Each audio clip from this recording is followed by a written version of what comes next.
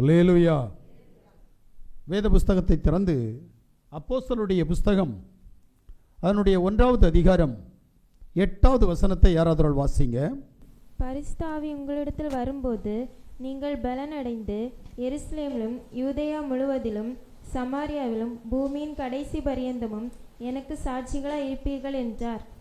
ஆமென். வாசிக்கப்பட்ட வேத பகுதியில் சர்வ வல்லமையுள்ள தேவன் நம்மை பார்த்து சொல்லுகிற ஒரு காரியம் என்னவென்று சொன்னால், பரிசுத்த ஆவி உங்களிடத்தில் வரும்போது நீங்கள் பலனடைந்து சாட்சிகளாயிருங்கள் என்று சொல்லுகிறார். எங்க சாட்சியா இருக்கணும்?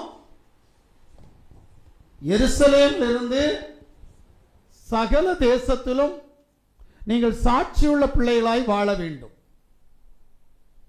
இந்த வசனம் உண்மையிலேயே ரொம்ப வித்தியாசமான ஒரு வசனம். ஏன் அப்படின்னா, பரிசுத்த ஆவி உங்களிடத்தில் வரும்போது, என் பாக்கெட்டில் இருக்குது அதை உங்களுக்கு கொடுக்க முடியாது, என்கிட்ட இருக்கிறத உங்களுக்கு கொடுக்க முடியாது, ஆனால் நீங்கள் பெற்றுக்கொள்ள வேண்டும். இன்றைக்கு அநேகர் பரிசுத்த ஆவியை பெற்றுக்கொள்வதில்லை. கழிந்த நாளிலே ஒரியா தேசத்திலிருந்து ஒரு சகோதரர் எனக்கு தொலைபேசியிலே தொடர்பு கொண்டார். அப்போது அவரிடத்தில் பேசிக் கொண்டிருக்கிற போது, அவரும் நானும் கொஞ்ச நேரம் பேசிக்கிட்டு இருக்கிற போது அந்நிய பாஷையை குறித்து பேசும்படியான ஒரு சந்தர்ப்பம் எங்களுக்குள் வந்தது. அந்த சந்தர்ப்பம் எப்படி வந்தது என்று சொன்னால், எல்லாரும் அந்நிய பாஷை பேசுறாங்க, நானும் பேசுவேன் பாஸ்டர். ஆனால் இது உண்மையிலேயே வேதத்தின்படி சரியா தவறா என்று எனக்கு தெரியல. நான் சம்பளத்திற்காக ஊழியம் செய்கிறேன், ஆனால் இது பற்றி யாரிடத்திலும் கேட்க முடியவில்லை என்று சொல்லி என்னிடத்திலே அவர் அங்கலாய்த்தார். அப்போது நான் அவரிடத்தில் கேட்டேன், நீங்கள் பேசுகிற அந்நிய பாஷை எந்த மொழி என்று கேட்டேன். அந்த அந்நிய பாஷையினுடைய அர்த்தம் ஆழம் என்ன என்று கேட்டேன். தெரியாது. அப்ப நான் அவர்கிட்ட கேட்டேன், ஐயா உங்களுக்கு ஹிந்தி கண்டிப்பா தெரியும்னு நினைக்கிறேன், நான் எனக்கு தெரிஞ்சதை உங்களுக்கு சொல்றேன் அப்படின்னு சொல்லிட்டு 1லேருந்து 20 நம்பர் சொன்னேன். 1 2 3 4 5 6 7 8 9 10 11 12 13 14 15 18 19 20 21 22 23 24 அப்படின்னு சொல்லிட்டு நம்பர்ஸை சொல்லிட்டு சொன்னேன். இன்னைக்கு அந்நிய பாஷைன்றதுல இங்க இருக்கிற 2 காரியத்தை சொல்லுவாங்க தெரியுமா அப்படின்ட்டு. என்னன்னு அப்படின்னு கொஞ்ச நேரம் முடிச்சுக்கிட்டே இருந்தார். நான் அவர்கிட்ட சொன்னேன், தேரா பாரான்னு சொல்றாங்கல்ல ஐயா, அது என்னது ஐயா அப்படின்ட்டு. அவருக்கு ஒண்ணுமே புரியல. என்னன்னா, அவருக்கு ஹிந்தி தெரியுது, ஆனா தேரா பாரான்னு சொல்லி சொல்றது என்னன்னு புரியல. அப்ப நான் சொல்லி கொடுக்குறேன், ஐயா இந்த 20 லெட்டர்ஸ்ல 2 லெட்டரு தேரா பாரா. ஆமா இல்ல அப்படின்றாரு. அப்ப என்ன, மீன் மார்க்கெட்ல மீன் ஏலம் போடுற மாதிரி, காய்கறி மார்க்கெட்ல காய்கறி ஏலம் போடுற மாதிரி இன்னைக்கு நிறைய பேர் அந்நிய பாஷை பேசுறாங்க. அது அந்நிய பாஷையை நினைச்சு பேசிக்கிட்டு இருக்கிறாங்க. ஆமென். இது எல்லாம் பரிசுத்த ஆவியின் அபிஷேகம். பரிசுத்த ஆவி உங்களிடத்தில் வரும்போது நீங்கள் பலனடைவீர்கள், நீங்கள் சாட்சியாய் வாழ்வீர்கள்.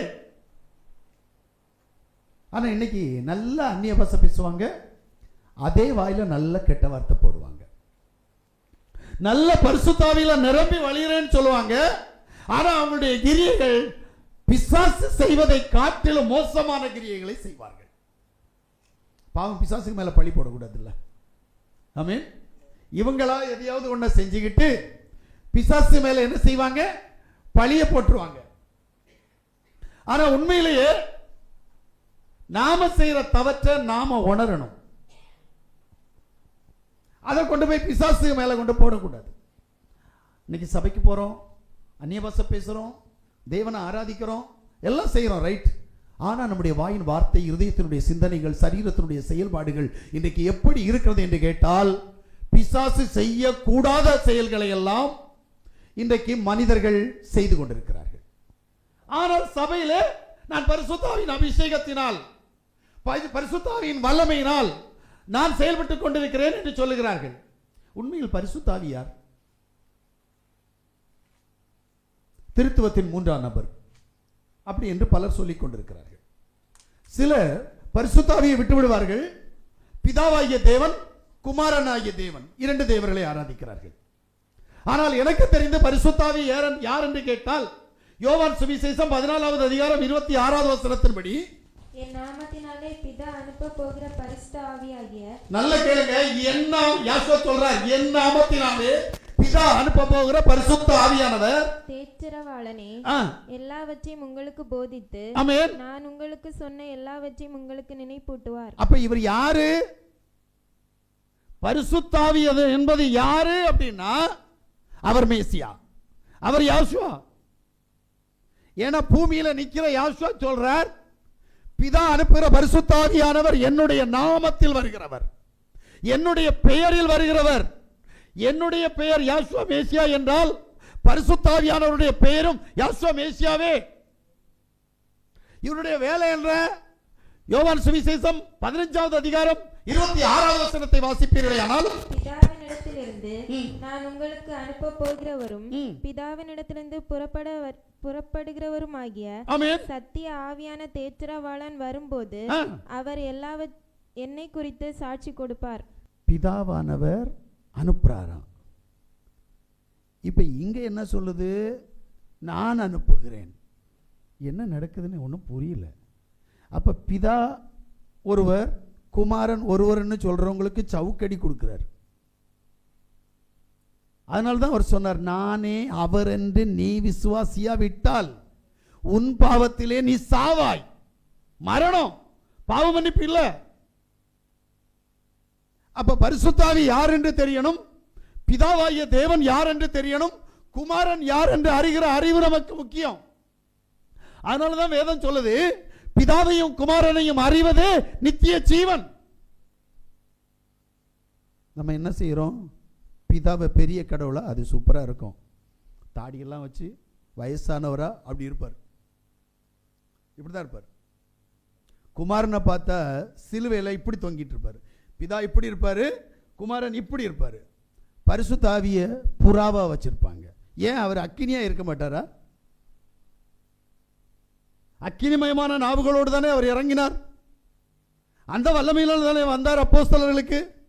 ஏன் அக்கினி என்றால் எரித்து விடும் என்கின்ற பயமா? புறாவை பிடிச்சு வச்சிருக்கிறாங்க, அக்கினியை விட்டுட்டாங்க. ஆனால் பரிசுத்த ஆவி என்பது என்ன என்று கேட்டால் அவர் யாசுவா மேசியாவே.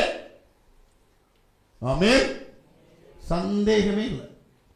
அதே மாதிரி பிதா யாருன்னு கேட்டா பைபிள் என்ன சொல்லுதுன்னா, நான் பிதாவின் நாமத்திலே வந்திருந்தும் என்னை நீங்கள் ஏற்றுக்கொள்ளவில்லை. ஒருவன் தன்னுடைய சுயநாமத்தில் வந்தால் நீங்கள் அவனை ஏற்றுக்கொள்வீர்கள். நான் யார் பேர்ல வந்திருக்கிறேன்? எங்க அப்பா பரம தகப்பனுடைய பேர்ல நான் வந்திருக்கிறேன். ஆமென். ஆனா என்ன நீங்க ஏத்துக்காம இன்னைக்கு வரைக்கும் மேசியாவை தேடிட்டு இருக்காங்க. அந்த கூட்டம் தெரியுமா? இன்னைக்கு வரைக்கும் போய் தலை கொண்டு இடிச்சு ஒரு சவுத்துல கொண்டு போய் இடிப்பாங்க. அந்த சவுத்துல இடிச்சு மேசியாவே வரும், மேசியாவே வரும்ன்றாங்க. ஆனா மேசியா வந்துட்டார். இப்ப அவங்க வேற யாரையோ ஒரு மேசியா என்று எதிர்பார்த்து கொண்டிருக்கிறார்கள். அந்த மேசியா தான் அந்தி கிறிஸ்துவாக வருவான் என்று நான் நினைக்கிறேன். அல்லேலூயா. அப்ப யோசித்துக்கிடுங்க, நிறைய பேருக்கு வேதத்தின் ஆழம் புரியல. யாருக்கு வேதம் கொடுக்கப்பட்டதோ அவர்களுக்கே வேதத்தின் ஆழம் புரியாமல் இன்னைக்கு தத்தளித்துக் கொண்டிருக்கிறார்கள். இந்த நிலையில் தான் வேதம் சொல்லுகிறது, பரிசுத்த ஆவி உங்களிடத்தில் வரும்போது நீங்கள் பலனடைந்து எனக்கு சாட்சிகளாய் இருக்கணும் சொல்றார். அல்லேலூயா.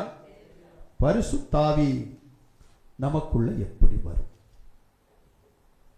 நிறைய பேர் நினைக்கிறாங்க எனக்கு பரிசுத்த ஆவி கிடைக்கல. நான் ஒரு காலத்துல நல்லா பண்ணிட்டு இருந்தேங்க. சென்னையில் இருக்கிற நேரம் உண்மையா சொல்றேன், இந்த பரிசுத்த ஆவியை நானே கொடுப்பேன். எப்படி அப்படின்னா, சபையில பிள்ளைகள் நிறைய இருப்பாங்க. அப்ப அந்த பிள்ளைகள் எல்லாம் என்ன செய்வோம், முன்னாடி வர சொல்லுவோம். இதுல பரிசுத்த ஆவி பெறல, அந்நிய பாஷை கிடைக்கல அப்படின்னு சொல்றவங்களே முன்னாடி வந்து, அந்த காலத்தில் எங்களுக்கு நல்ல மியூசிக் கருவிகள் எல்லாம் உண்டு, நல்லா தட்டிட்டு இருப்பாங்க. ட்ரம் டம் கிட்டக்கா டம் டக்கா டம் கிட்டக்கா அப்படி அடிப்பாங்க, பாட்டு பாடுவாங்க, நல்ல பாட்டு பாடுவாங்க. பிள்ளைகள் முன்னாடி வருவாங்க. இந்த பிள்ளைகள்கிட்ட என்ன சொல்லுவோம் அப்படின்னா, இயேசு கிறிஸ்துவின் ரத்தம் ஜெயம் என்று ஸ்பீடா கத்தி சொல்லுன்னு சொல்லுவோம். இந்த பிள்ளைகள் எல்லாருமே மெதுவா சொல்லுவாங்க, இயேசுவின் ரத்தம் ஜெயம், இயேசுவின் ரத்தம். நாங்க பக்கத்துல போய் தலையில தட்டி சத்தமா சொல்ல, ஸ்பீடா சொல்ல. அந்த பிள்ளைகள் இயேசுவின் ரத்தம் ஜெயம், இயேசு கிறிஸ்துவின் ரத்தம் ஜெயம், இயேசு. இதை நீங்க நிஸ்தாரம் ஒரு 15 தடவை சொல்லி பாருங்களேன், உங்க வாய் குளறிடும். உடனே எங்களுக்கு கிடைச்ச யுக்தி என்ன தெரியுமா? வாய் சத்தமிட்டு சொல்லு, அடக்கி விடாத. பரிசுத்த ஆவியானவர் கிரியை செய்கிறார், அந்நிய பாஷை வந்துருச்சு, அடக்கிடாத. இப்படி அவங்கள மோட்டிவேஷன் பண்ணி அவங்க வாயில என்ன வருதோ அதுதான் அந்நிய பாஷைன்னு கத்துக் கொடுக்குறாங்க. இன்னைக்கு வரைக்கும் அதான் நடக்குது. இல்ல, வேதம் சரியா சொல்லுது, வாசிங்க. 1 கொரிந்தியருடைய புத்தகம் 12வது அதிகாரம் அதனுடைய 3வது வசனத்தை வாசிக்கிற போது, ஆதலால் தேவனுடைய ஆவியினாலே பேசுற எவனும் யாசுவாவை சபிக்கப்பட்டவன் என்று சொல்ல மாட்டான் என்றும், பரிசுத்த ஆவியினாலே அன்றி யாசுவாவே யா என்று ஒருவனும் சொல்லக்கூடாது என்று உங்களுக்கு தெரிவிக்கிறேன். ஒரு ரகசியத்தை சொல்றார் பவுல். சொல்றாரு, பரிசுத்த ஆவி உன்னிடத்தில் இருக்கா? பரிசுத்த ஆவி உன்னிடத்தில் வர வேண்டுமானால் யாசுவாவை யாவா என்று சொல்லணும். வேற ஒண்ணும் செய்யாத. அதை நீ விசுவாசிக்கணும், அதை நீ நம்பணும். நீ விசுவாசித்து நம்புகிற அப்படின்னா நீ சுயமா சொல்ல முடியாது. என்ன, இதுல ஒரு பெரிய ரகசியம் இருக்குது. என்ன? நம்முடைய தமிழ் பைபிள்ல ஆதியிலே தேவன் வானத்தையும் பூமியையும் சிருஷ்டித்தார் அப்படின்னு இருக்கும். ஆங்கில பைபிள்ல போனீங்கன்னா அது காடுன்னு இருக்கும். ஆனா உண்மையிலேயே அவருடைய பாஷையில, அதாவது எபிரேய பாஷையில எழுதப்பட்ட வேதத்தில் என்ன இருக்கும்?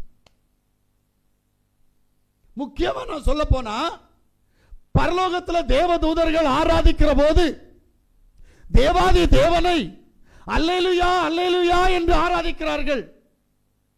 நம்முடைய ஜனங்கள் அந்த அல்லேலூயாவை கர்த்தருக்கு ஸ்தோத்திரம், தேவனுக்கு மகிமை என்று சொல்லி உதாசீனப்படுத்திக் கொண்டிருக்கிறார்கள். உண்மையில் அது அல்ல. யாவாகிய தேவனை துதி என்று அர்த்தம், யாவாகிய தேவனை ஸ்தோத்திரி என்று அர்த்தம். ஆனால் அந்த பிரைஸ் தி லார்டிலோ அல்லது கர்த்தருக்கு ஸ்தோத்திரம் என்று சொல்லக்கூடிய வார்த்தையிலோ யா இல்லை.